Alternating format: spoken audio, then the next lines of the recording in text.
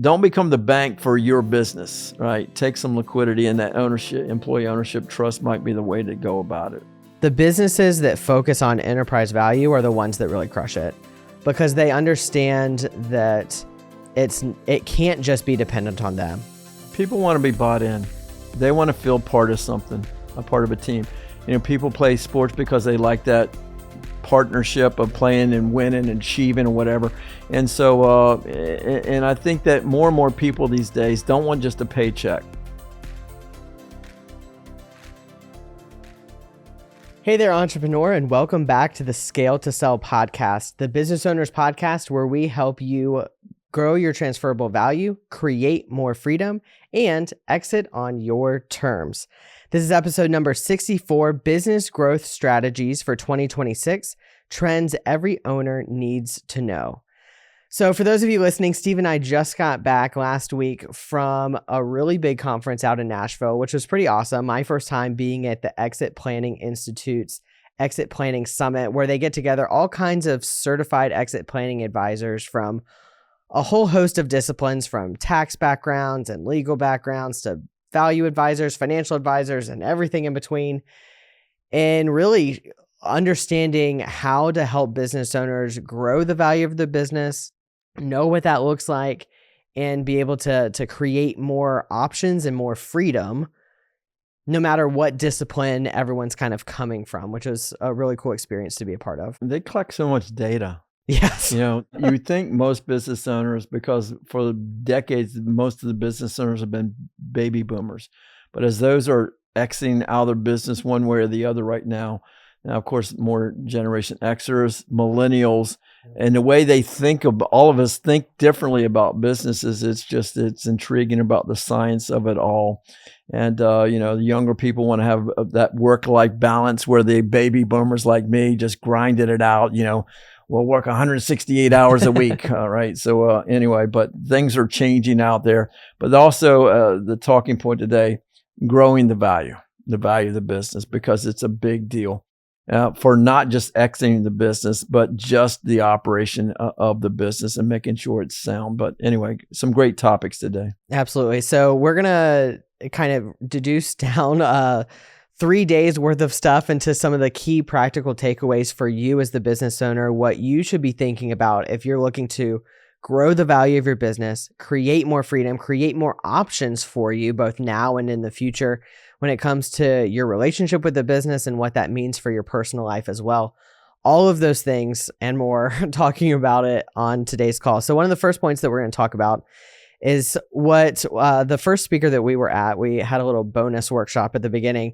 And one of the key phrases that they used was the freedom point. What is the freedom point for a business owner? And they defined it like this: when work becomes optional.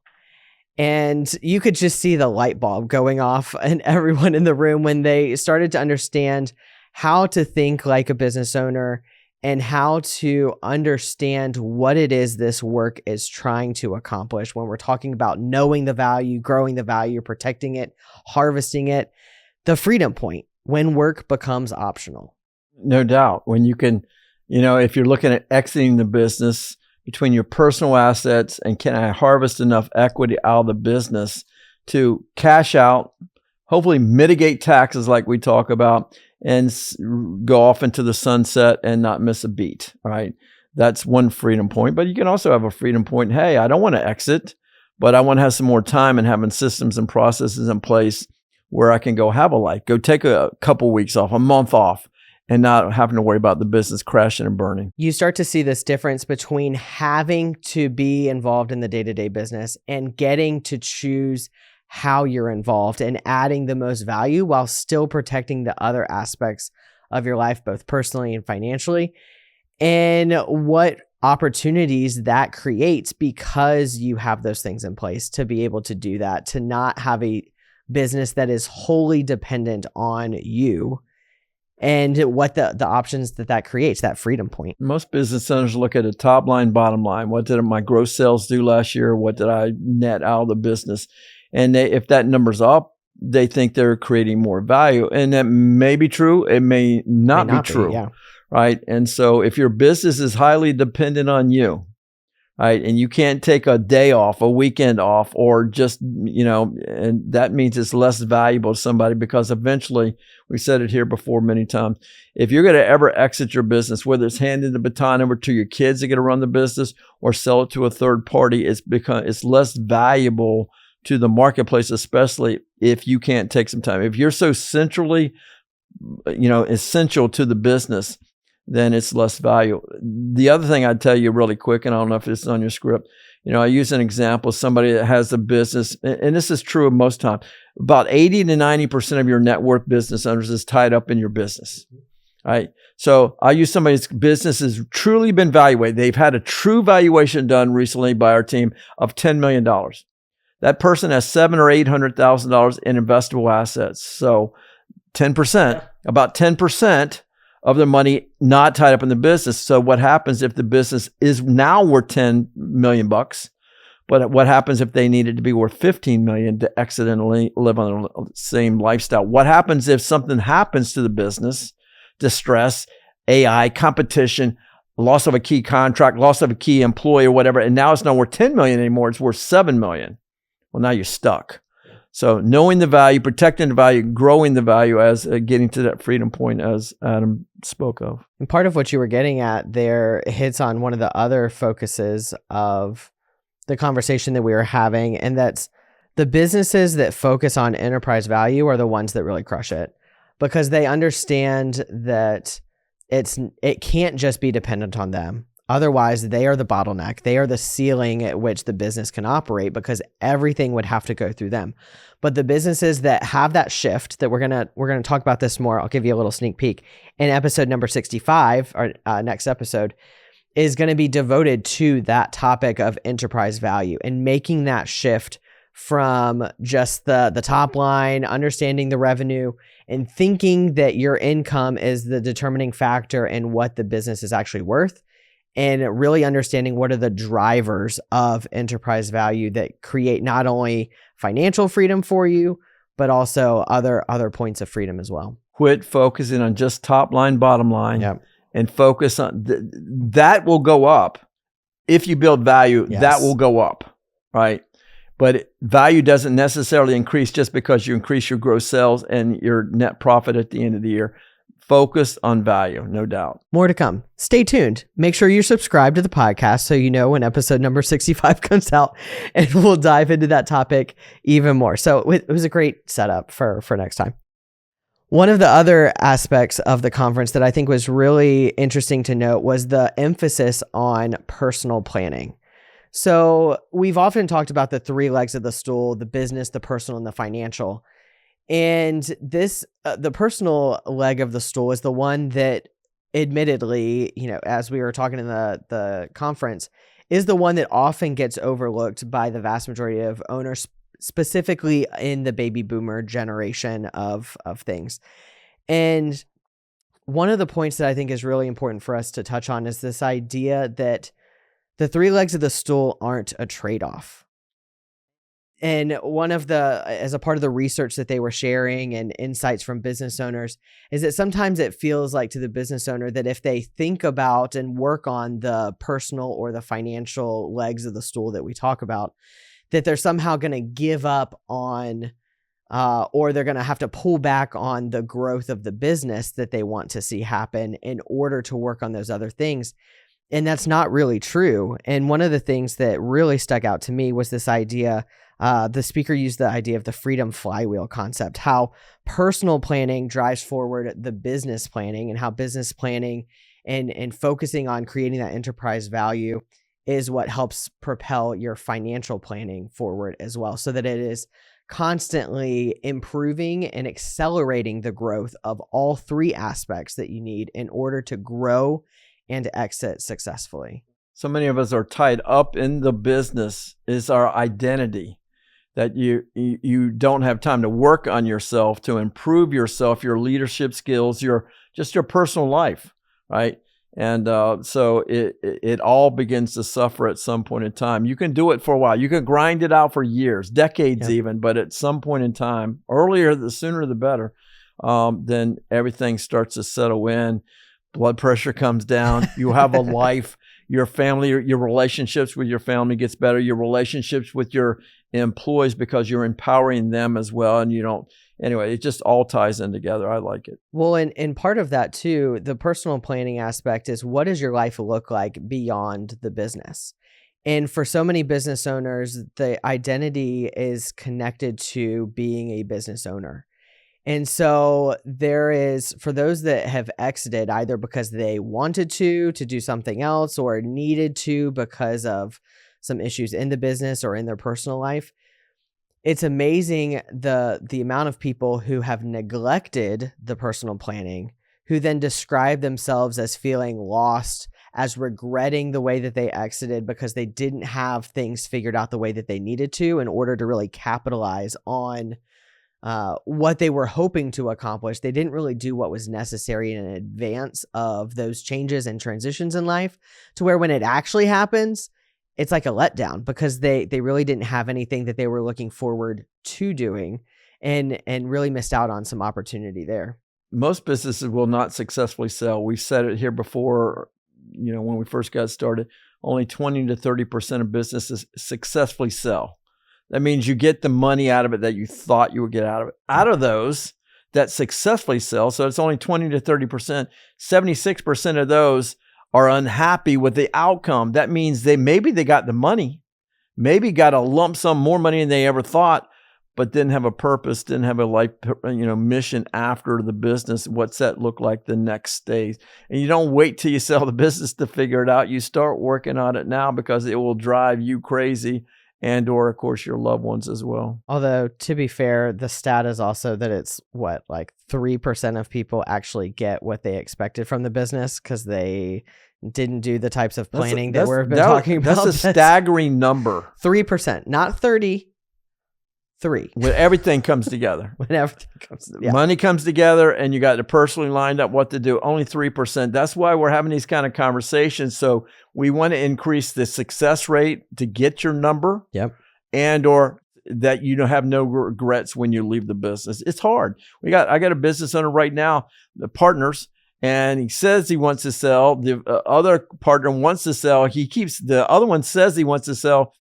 He just can't let go. Yeah. Financially, everything lines up. Personal finances line up. We can harvest enough, exit with enough money out of the business to top off the tanks.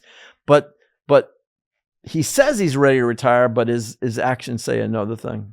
There's a lot that goes into that. And one of the things, you were talking about generational differences a little bit ago, and one of the things that they were talking about at the conference related to these 3 legs of the stool were the differences in generations and what types of planning as a whole those individuals tend to need more so than the other two. So it was interesting when you look at the fact that baby boomers are used to working at least 60 hours a week. Like, that is just kind of a general, when you're looking at the business 40 owners, hours is part-time. Yeah.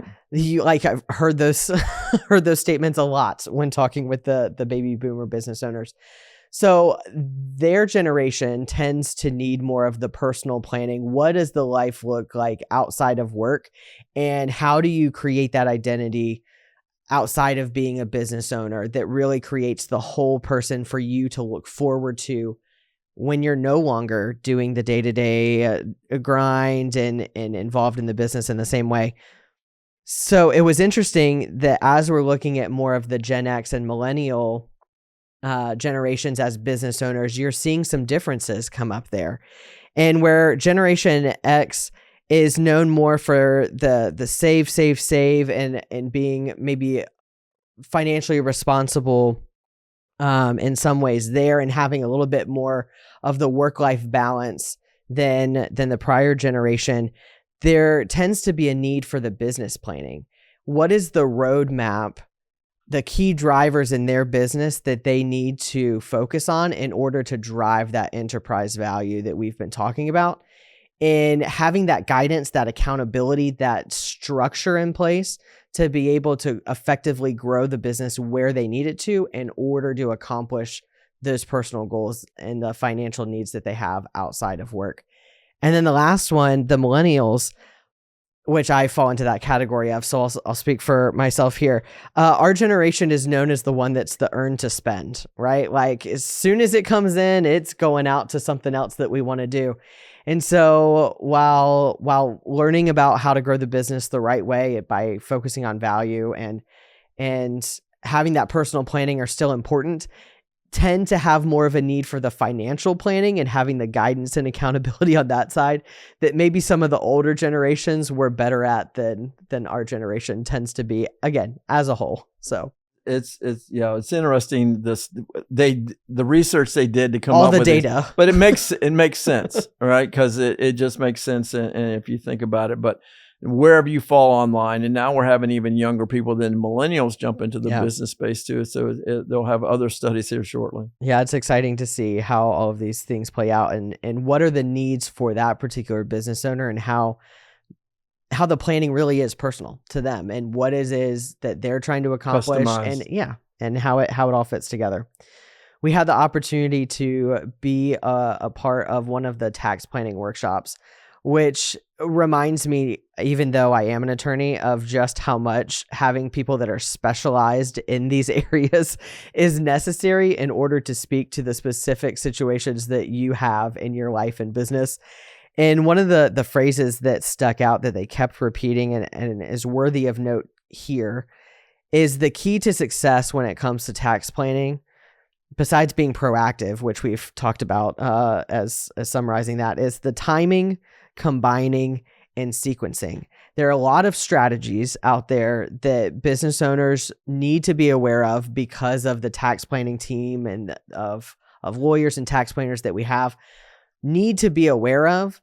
But the key is starting early and having the time to accomplish some of these things that aren't just, a matter of simply writing on a piece of paper when it comes tax season. There are things that you can be proactive on, have a more forward-looking view of what's to come, and really taking advantage of the tax planning opportunities there. It's one of the fastest growing segments of our business is tax planning. Mitigating, you're now successful in writing checks that have six-figure checks to the government on an annual, quarterly basis, or maybe even more than that. And advanced people, like Adam mentioned, tax attorneys, tax planners that can mitigate income taxes. But even as important as that is, if you go to sell your business for $1 million, $5 million, $10 million, $20 million, $100 million, your current CPA is probably not the right person to legally erase or at least greatly reduce those income taxes. So that was an interesting concept. And you're starting to hear and see more and more of that tax planning conversation come into play. My own accounting situation, we used the same accounting firm for decades, and I assumed that we were doing all the right things, and come to find out that we had outgrown those guys. And we still use them for basic stuff, but now have some tax planners on our team that help us tremendously reduce our taxes. Well, that's the thing. You need someone who, one, to not just assume that because you haven't had an issue is not the same thing as them being proactive and really taking care of your current and future needs in the way that you need to, especially when we're talking about very successful individuals and who have some big tax burdens coming up if they don't address them in the right way. But having access to that team to know what your options are, to be aware of them, so that you can have an understanding and make an informed decision is really important. Because again, like in your case, you assumed that everything was the way that it should be because you weren't having issues. That's not necessarily the case. You have a lot of write-offs as business owners. Yeah. But I'm still writing big checks every quarter. And come to find out, there are legal strategies out there that you can use, tax credits, depreciation, and other strategies, and not just to reduce them a little bit. In a lot of cases, reduce them by 100% or eliminate your tax bill altogether. Yeah, that's really good.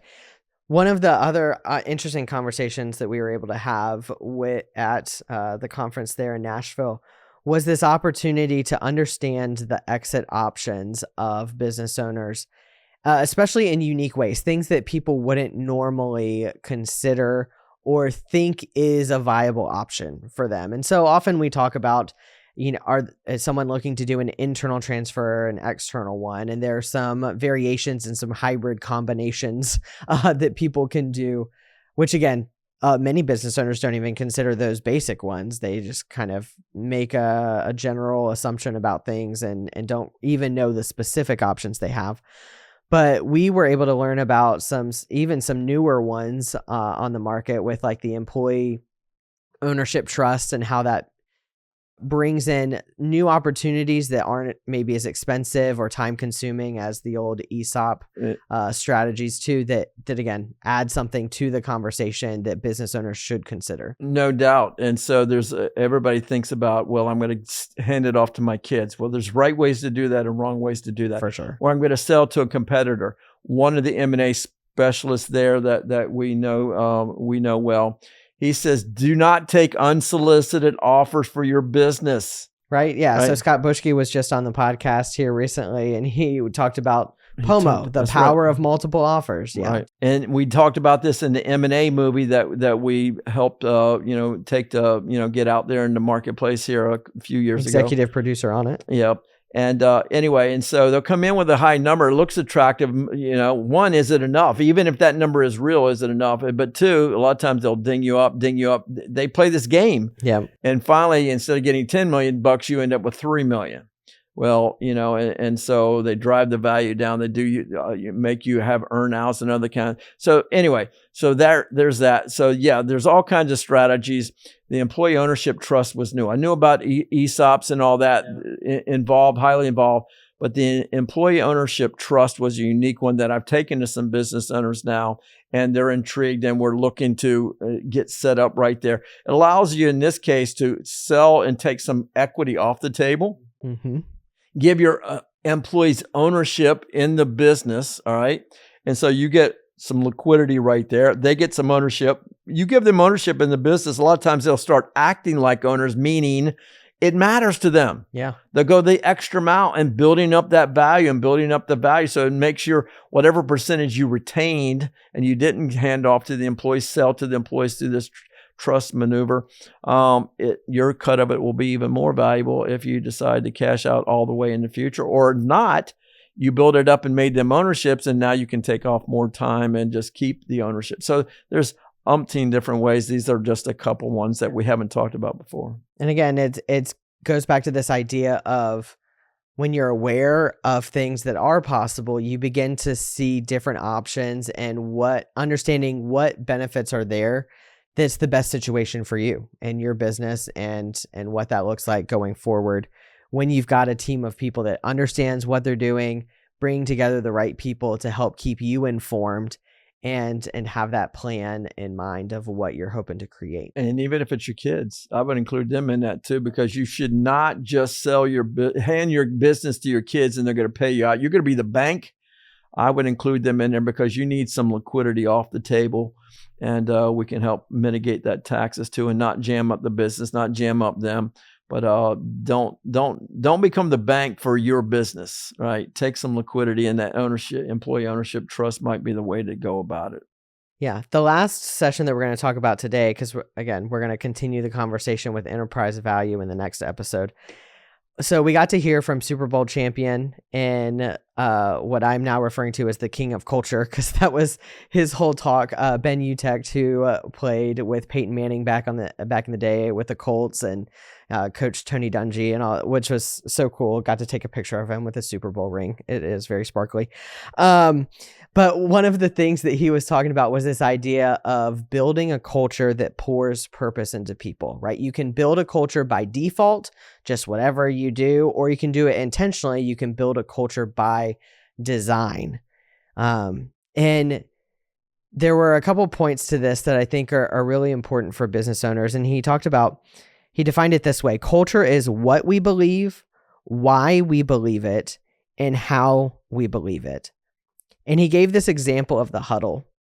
And he talked about, people do not think of the power of the huddle, but it was something that in that context, right, they practiced it. They practiced how they were going to huddle, and they were evaluated on how they huddled, right? They had the framework: stop, look, care. Did they stop and when they were supposed to, of whatever they were doing, and when Peyton Manning got to the huddle, and were they looking at him, like showing that their focus, their attention was on him and what he was directing in those moments about what they were about to do? And of course, he'd change it up, but times. That was crazy. Interesting. Yeah, he had all the code words and things that you had to keep up with. Was pretty impressive. And then care, like the idea of how you showed up to the huddle, how you actively listened, and how you showed up to support your teammates was all indicative of, was this about you and your own goals, or were you bought into what the team was trying to accomplish? And when you hear that and think about what you're trying to create as a business owner, as a leader in your company, trying to instill leadership values in your employees and your team members, like, it just got me excited to think about what happens when you have this combination of a mission that everyone's bought into, and you are routinely practicing it and evaluating based on those metrics to help you reach your goals. And the importance of doing that, creating a culture of success, doing that was a really cool keynote speech for us. People want to be bought in. They want to feel part of something, a part of a team. People play sports because they like that partnership of playing and winning and achieving or whatever. And so, and I think that more and more people these days don't want just a paycheck. They want to be part of something. They want to see the owner's vision, and they share that at the outgo, and then it creates the mission.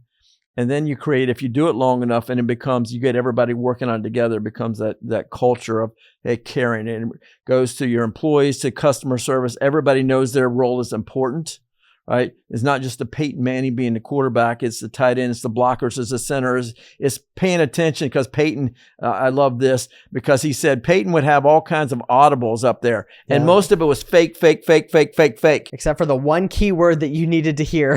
If you weren't paying attention to the huddle, you would miss that. And if you ever watch football and watch Peyton play football, most of the stuff was misdirecting, trying to fool the defense. And so the point being here is having everybody on the same page and building that. Then sales go up, your life gets better, the value of your business goes up, profitability goes up, and you're able to reward your clients. Of course, are rewarded by it because you're just serving them better. The quality is there. The employees you're able to reward the key employees right here that are bought into the culture. Absolutely. So We've talked about a lot of key points here today that we took away from our multi-day experience with some of the world's top business experts when it comes to knowing value, growing value, and harvesting it. It's just incredible to think about the expertise that is available to you when you have a team that can come together and understand what your needs are, understand your goals, and help you create a plan for how to get there. We said at the conference on Sunday when it started, a special session for financial advisors. And a guy came in a little bit later, and you remember who it was.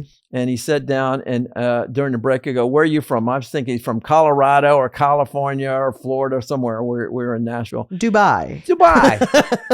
And West Africa. And Toronto.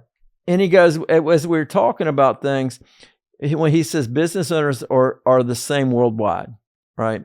And anyway, they want to grow their business. They want to make some money. In many cases, they want to hand it over to their kids at some point in time when they want to exit. But he made the point that he travels all the way over here. He's also in Toronto. He met somebody on a plane that told him about becoming a certified exit planner, and he's checked him out, and he flies over to attend this. I suspect there's others, but he's the only one that was right there from Dubai we got to meet. and West Africa. Exciting. So it was all business owners worldwide are the same. So with that note, if you want to find out more about the key drivers of business value and specifically what that means for your business, it's a great time for us to connect, to talk about having the right value advisor for you and what that could mean for the growth of your business, understanding what the enterprise value of your business currently is, where it could go, what that freedom point is for you, again, that makes work optional or how you work optional. Go to scaletosell.com/discovery. That's scaletosell.com/discovery. Mention that you would like to talk with a value advisor, and we would love to be able to connect you with our team and see who's a good fit for you and help you understand your business, understand that value, how to grow it. And until next time, keep scaling.